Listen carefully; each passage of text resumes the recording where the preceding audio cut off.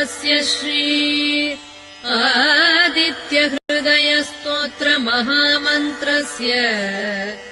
अगस्त्यो भगवान् ऋषिः अनुष्टुप्छन्दः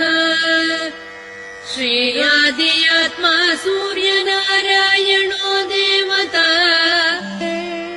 निरस्ताशेषविघ्नतया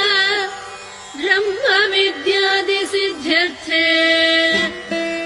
सर्वत्र जयसिद्ध्यर्थे जपे विनियोगः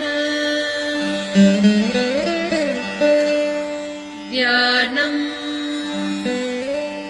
जयतु जयतु सूर्यम् सप्तलोकैकदीपम् किरणशमितपापक्लेशदुःखस्य नाशम्